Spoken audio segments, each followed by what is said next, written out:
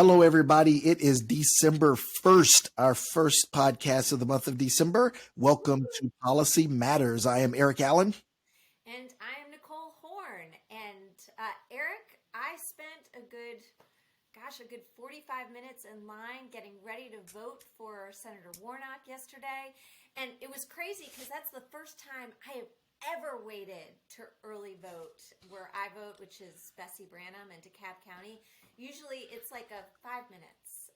So it was crazy to walk up and see the lines wrapped around. It was exciting. It was exciting. And it was exciting. I went to Cobb County Community Center. It took me about 25 minutes, but it was awesome just to see the energy, the enthusiasm. I think we are in for a very interesting week. We've broken all kind of records with early voting, even after the Republican Party tried to sue us because for some reason voting. Let's be clear. Yeah. Suppress voting. Well, because voting on Saturday would cause harm, and they needed immediate relief from the courts for the harm that was being caused by people exercising their right to vote, which, to your point, is just another way of saying voter suppression. Yeah. So, everyone, we've got Patricia Murphy from the AJC joining us today. So I'll go ahead and transition into our conversation with Patricia. All right, everybody. So today we are joined by a very, very special guest, someone who I have been on the other side of their microphone quite a few times being interviewed. But Patricia Murphy, who is a political writer with the Atlanta Journal-Constitution, has joined us today to really help us talk about all things runoff. We've got a lot of interesting things going on with the runoff. So, Patricia, thank you for joining us. Thank you for having me. And I love that you're turning the tables and asking the questions. But thank y'all both for having me. Yeah, I was joking when I first started thinking about doing this. I was like, you know what? I got a first group of people I really want to bring on because they've been harassing me for a couple of years. So it's your revenge tour. No. It's not an interview. It's not an interview. It's just a conversation about. We've got a very interesting runoff. Once again, Raphael Warnock is running in his 5th election in 2 years. It's just insane to believe because of our crazy Georgia runoff process. And I know Nicole and I have been talking about it quite a bit about the turnout and what it really means. Yes, and I think I'm getting a column together for the day after the runoff with my case against runoffs for a lot of reasons. But I think also right now we are seeing a lot of long lines. It's very expensive for counties, and I don't know exactly that it's going to be different or reflective of voters any more than it was before. So that's a whole other conversation we can have another time. But this runoff has really been, I think, a test of everybody's stamina. And to that, I mean, before Nicole gets into her question, there's been a lot of chatter about that. And I know one of your colleagues, I don't know if it was Mark or I can't remember who wrote it yesterday, but said it's going to cost over $10 million for this runoff. And the way I put it, and this is not a political statement, I think it's a statement of fact. It's an old, outdated Jim Crow era policy that we have that's now costing Georgia taxpayers millions of dollars. And as you said, it doesn't really, drastically change the will or the intent of the original vote. Just wanted to throw that out there. So I'm glad you're going to write that column. And I think a lot of legislators will be interested in seeing what comes out of that. So go ahead, Nicole.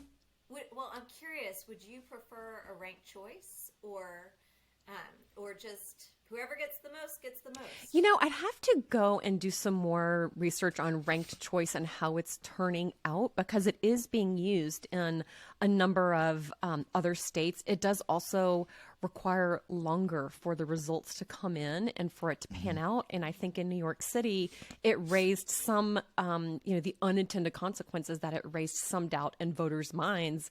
It's so complicated. They're like, wait, I don't understand. How does this even work? So when you don't have confidence in the outcome, as we all know, that can cause a lot of chaos in itself. So I'd have to kind of get into the weeds of ranked choice voting. But my decision leaving these two runoffs after all of this and after all of the money that has been just thrown at it, and then the requirements on counties and just the incredible kind of eccentricities of runoffs here in Georgia, my conclusion is there must be a better way.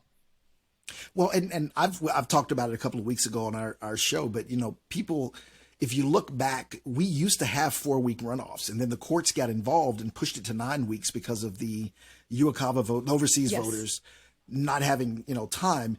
And so the compromise on SB 202 was not to move it to 4 weeks, but we actually do have ranked choice voting in Georgia for overseas voters.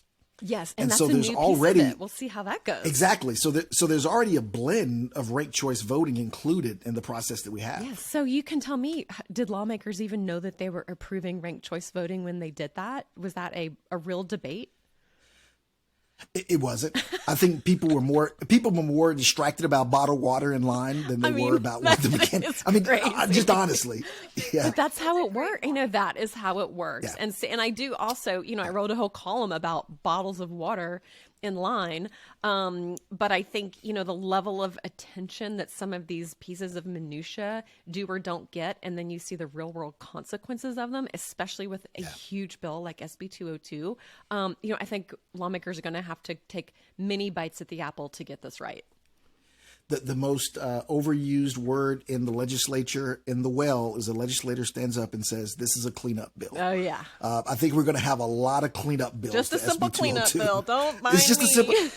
It's a Scribner's error. Simple clean. Exactly. That's what we'll get. That's awesome. Well, Patricia, let's talk about turnout because it's been record breaking Monday, Tuesday, and Wednesday. So, it used to be that Democrats would be like, "Oh, that early voting turnout that speaks well for us." And we did see when results first came in November, Democrats were rocking it.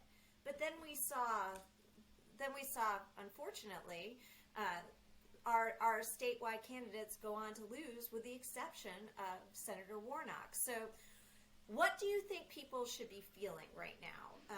Do you think there should be some excitement? And you had also said that you pointed to Hall and Forsyth as having high voter turnout. So can you talk a little bit about that? Yes, I think people should be feeling patience. They should be packing their patience because there are so many different aspects about the way we're voting this year versus the way we voted last time around. It's very hard to say what changes and what indications are relevant and which are extraneous. And so there is incredibly high voter turnout right now, and those are single day counts. But there are also 5 days of early statewide voting this year compared to 17 days of early statewide voting in 2021. So that just naturally compresses the number of voters who maybe wanted to vote early. Then you squash that down and compress it by 2/3. You're naturally going to get very high turnout, very high single day turnout. We don't know exactly what turnout would look like across 3 weeks because we don't have that anymore. And so these single day results, I don't know if they're indicative of anything very special. We also don't know, are those people who would have voted mail-in, but it's just so hard to vote mail-in right now? Are these the mail-in voters who would have voted mail-in last time around, but now they're going and waiting in the lines, and maybe now they're leaving the lines? So would turnout have been higher? So I think we're just going to have to wait to see all of the results and go through the data. And Mark Nisi, I just pronounced his name wrong. Mark Nisi with the AJC is such a proponent of this, of just waiting for the data. Because I said to him after the general election, I said, "So what do we think about SB 202? Was it as bad as the Democrats warned that it would be?" Because there were a lot of accusations that it would be SB 202. It was widespread voter suppression. It was deliberate. It was malicious. And that was the message and the belief of Democrats. So, Mark, what do we know now? And he said, "We don't know anything yet. Wait until the election is really over." And so I think that we didn't see long lines in the general election or the primary. We are seeing very long lines now. And so that is a part of the package of SB 202. So I I think we need to wait to see what does turnout really look like, who votes, when do they vote, does anybody turn up and say, I wanted to vote, but I couldn't? I think we need to assess all of that. Now, unpacking the numbers from a Democratic and Republican perspective, I know that Democrats were very, very pleased on Saturday and Sunday with the turnout that they saw in the counties that are typically Democratic, Fulton, Gwinnett, Cobb, DeKalb, very high turnout, very high African-American turnout, nearly 50%. Obviously, that is widely kind of unrepresentative of the full population, but that's the exact population that Democrats wanted to be voting early that weekend. So they were thrilled to get those voters banked. They had 100,000 vote head start on Republicans. Essentially, a lot of that is because most of the Republican counties were not offering early voting. They had the option to, but many did not. And listen, we heard in the SB 202 debate, and I'm sure you did too, Eric, some of these smaller counties said, listen, during early voting, there are days when there are more poll workers than voters. Maybe there are 3 poll workers and 2 early voters. So it's a very heavy use of resources for them to have lots and lots of early voting if it's a tiny county with a tiny population. So that's why some of them weren't offering it. Other Republicans obviously know that they do better on election day, and that is in the mindset of some Republican officials. So why are these counties not offering weekend voting? That's really, you'd have to ask them individually. But overall, I think Democrats are very pleased with how early voting is going so far. They're seeing the turnout that they want to see. Conversely, Scott Paradise, who is Herschel Walker's campaign manager, said, hold your horses. We've gone into the data and we see what we want to see as well, which is that in a number of counties, and this is on Monday, a number of those high turnout counties were also counties that went for Herschel Walker. Now, you can dig into all of those and compare apples to apples, apples to oranges, oranges to bananas. Again, the answer is nobody really knows. Nobody knows what these numbers mean.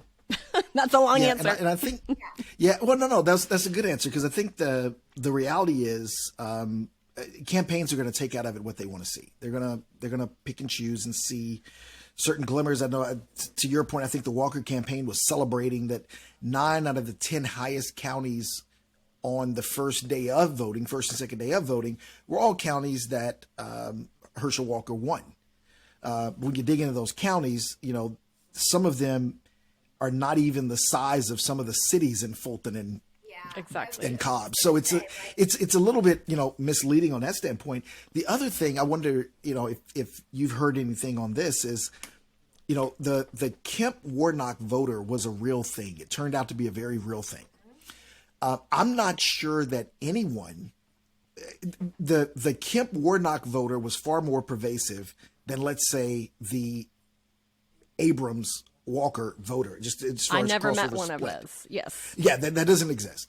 So, so when you think about that crossover vote, 2 things come to mind is, you may have done well, and let's just stay with Hall and Forsyth County, but I think those are counties that are more likely to have the Kemp Warnock voter.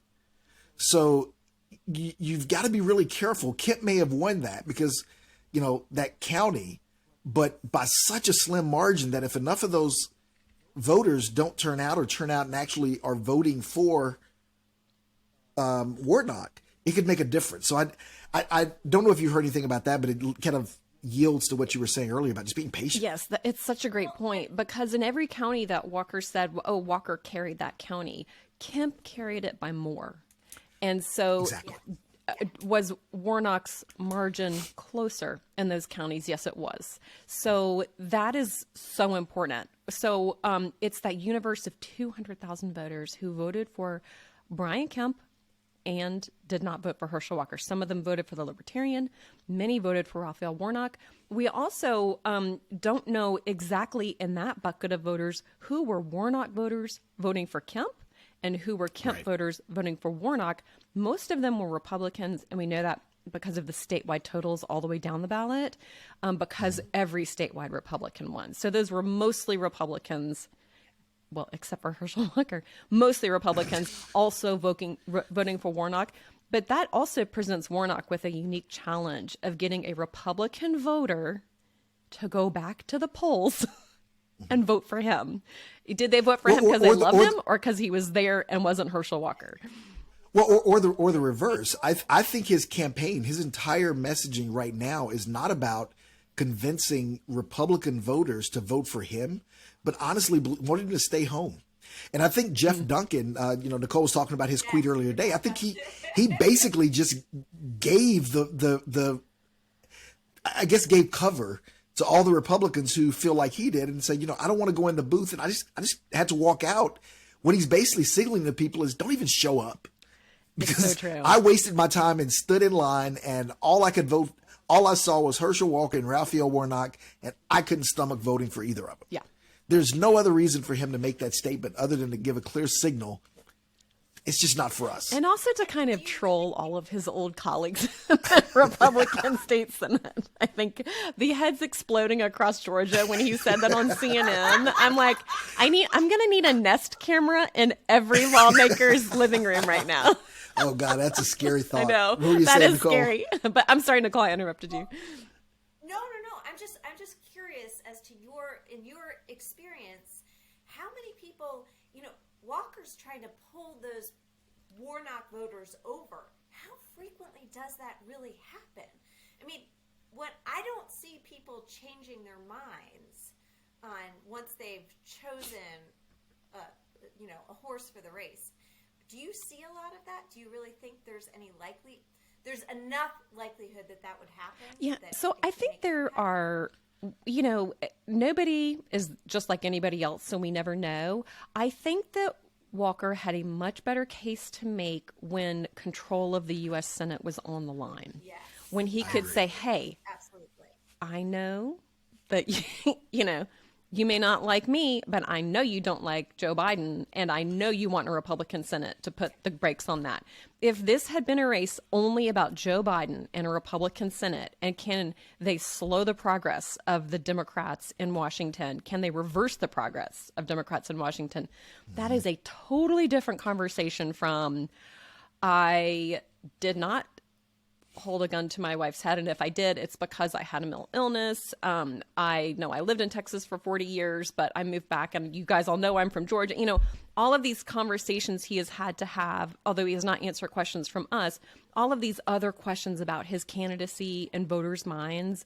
And these are not partisan voters. These are people who are like, so I haven't seen you in a long time, Herschel Walker. Who are you as a candidate? Right. That is a totally different conversation from inflation is high, I can't pay my bills, and if I vote for Herschel Walker, maybe it will be better. Well, and that's why I think a lot of voters, the way I've said it is holding your nose and voting for a Herschel Walker to get the Senate majority is, I don't think anybody can fault that. We understand that. That makes sense.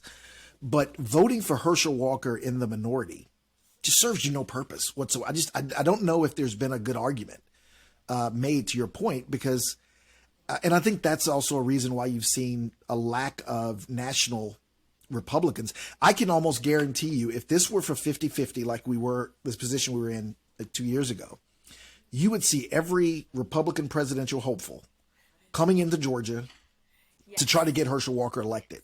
I think the absence of that tells you that even Republicans, to a certain extent, have come to terms that Herschel Walker in the minority is really not going to serve us much. It's probably going to hurt us in 24 more so than anything, to give Democrats something to run on. So it's a little bit different. I also, real quickly, because I know we're running out of time, but want to ask you about Brian Kemp. Governor Kemp made a big splash about giving his ground game to Walker. Do you think that's going to make a difference? I mean, his ground game was out there telling people to vote for the top of the ticket anyway, and they skipped the top and started it at Kemp. Do you think that's convincing enough to his endorsement and him giving them the ground game is going to give Herschel a boost? So I think it was really important for Kemp to do, because it at least puts Walker at a net neutral position from where he and his team were on election day. Had Kemp taken his entire operation off the field, the Walker people would be starting over with 4 weeks left. And that is a nightmare scenario. And this situation exists because Kemp built his apparatus outside of the state Republican Party. That is because he's had a lot of disagreements with the head of the state Republican Party, who actually endorsed somebody instead of him. So he built his own apparatus during the primary. Typically, that's the job of a state party, and it would just still be in place, and anybody in a runoff would just be able to benefit from that. Because that was Kemp's doing, his work, his money, he needed to hand that over to Walker, but he didn't have to if he didn't want to. And so it was just a really piece to keep Walker at a net neutral from where he was. Also, Kemp campaigning with him, starring in his commercials. He's, in fact, the only person in Herschel Walker's commercials right now, including Herschel Walker, who's not in his own commercials. And he's in mailers. It's just Kemp on the mailer, not Herschel Walker on the mailer. Not Herschel Walker, That could be very helpful on the margins. I don't know if this is going to be a race about the margins, but if it is a race on the margins, Kemp helping Walker is so helpful. And we have to remember, I mean, this was a tied race, essentially on election day almost. It was really, really close. There are still so many Republicans in Georgia. This is still what, I go around the state and it's truly battleground. Sometimes it feels more conservative than liberal and progressive, depending on where you are. So definitely. It kind of is like a tied game right now. So even for all of Walker's deficiencies, he's still in this race. And so had Kemp stayed on the sidelines, that would have been very, very damaging to him. So he's still in the race. He's got all the apparatus he had going into it. But it feels like he's lost a little altitude especially since the debate. And then going into election day, it kind of felt like Herschel Walker had more momentum. And lately, coming into the runoff, we have seen Raphael Warnock is everywhere. He is campaigning all day, every day. Herschel Walker went dark for 5 days. He did not take Thanksgiving off. Yeah, he didn't take the time off. That's just unusual. I'm curious to see the university turnout too. Yeah. Like he's reaching out to the kids. He's at Kennesaw. He's at Emory. He's at he is not leaving any stone unturned. He's everywhere. Also, that Saturday voting was so important for college kids who were in town for the Thanksgiving break and had to, get on a plane by Sunday morning. So I've heard from a number of parents who said, "Oh, you better believe I drove my kid to the polls on Saturday." So that's where they were on Saturday. So I think that was a really important strategic victory for the Democrats as well. And I think the Saturday voting is going to become a huge issue going forward for the Republican Party. I just feel like that when you go to court and say that you're seeking relief from people voting, that takes away the entire argument of we're not talking about voter suppression. I think that's something to watch I agree. going forward. The other thing I would say or want to talk to you about, Patricia, is you talked about Brian, Governor Kemp getting in and helping Herschel Walker. Do you think this was also a little bit of Kemp doing something for Kemp? And what I mean by that is the same week he announces that, he's filing paperwork for a federal PAC, which means he's got I do not believe that Brian Kemp wants to run for president this cycle. I think people have said that, but I could see a scenario where he wants to run against Jon Ossoff in 4 years when his term is ending, and now he's running federally. So he's setting up a PAC and doing some of that legwork. How much of this do you think is Kemp doing this for Kemp? So I think Kemp is doing it to be a team player and to be perceived as a team player as well.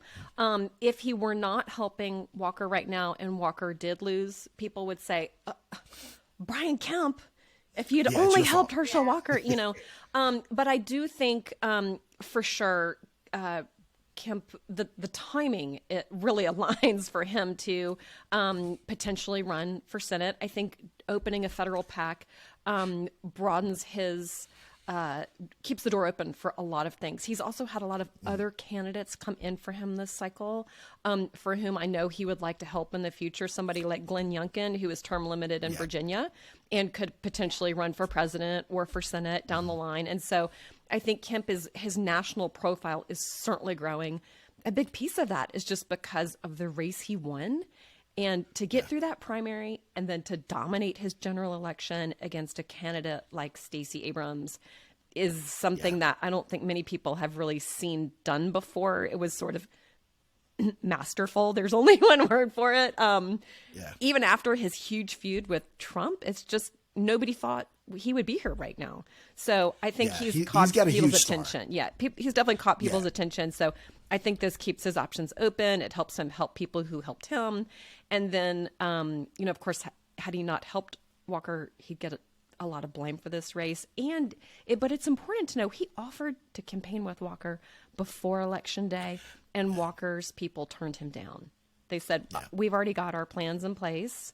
You do you, we'll do us. And I don't know that was the right decision in retrospect for the Walker campaign. Well, they missed an opportunity because I can tell you, as somebody who's in the game, I've noticed in the last 2 weeks, Brian Kemp has done 2 sit-downs with CNN. And they are smartly, you can look at, the standing up and doing rallies in Georgia or, being in his commercials, all that's fine and good. But they're really using Governor Kemp to go and talk directly to voters who may be able to be picked away from Warnock. And I think that's smart. Well, look, I know we've run out of time, so I got one last question from me. What do you expect in this legislative session? Oh, so, I think it's going to be a hugely important session just in terms of level setting between the House and Senate because there are new leaders in both chambers.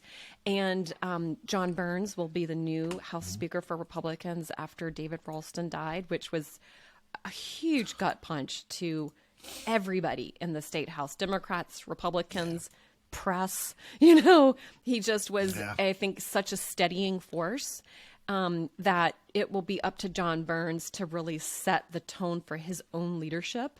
At the same time, Burt Jones is coming in as lieutenant governor over in the state Senate, essentially running that chamber. However, in the state Senate, it typically seems, in my short time watching that chamber, to always have power centers and power struggles. There's a Senate, there's a caucus leader, a chamber leader, a pro tem that's elected, not because you're just been serving the longest. So there's a kind of an internal power struggle and then a power struggle between the House and Senate. Sometimes that Ralston always seemed to win. John Burns is going to have to really set his own power. And really we'll have to see that stool, that 3-legged stool that sometimes used to only be David Ralston holding the whole thing up by himself, between the governor, the House, and the Senate. Who's really calling the shots? Who holds the power? So that's the external dynamic I'm looking for. Also, Democrats have picked up seats in the state House and the state Senate narrowly, just a few seats, but it's just sort of a slow march toward having not just more members, but also more progressive members and members who are willing to introduce bills, to push Republicans in debates, to hold press conferences, and to really sort of mix it up a little bit more. I think some of those kinds of Democrats have won office. Some other kinds of Democrats have won office as well. But so, the first pre-file that we've seen on legislation is from Deshaun Kendrick. We were talking about that earlier with Deshaun. Yeah, exactly. And really pushing Republicans on the abortion issue and requiring compensation for women who are who carry pregnancies to term if they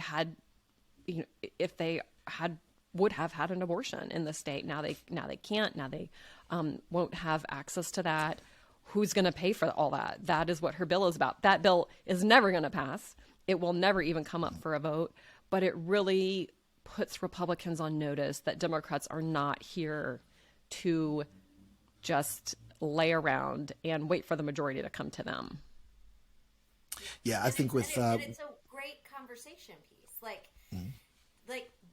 In the ideal world, you're also introducing amendments for if a woman had health complications as a result of it. There's so many layers to that.